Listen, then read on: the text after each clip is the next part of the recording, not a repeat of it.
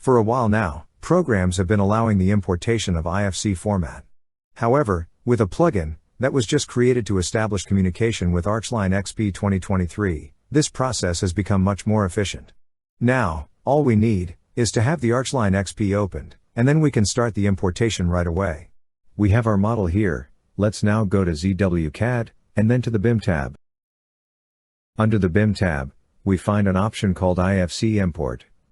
We just have to click on the IFC Import option, and it will automatically start searching for the file that is open in ARCHLine.XP. The file that is open in ARCHLine.XP will be converted to the IFC format.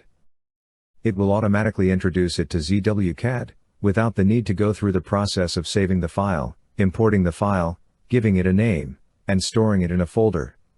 It will be automatically transferred there.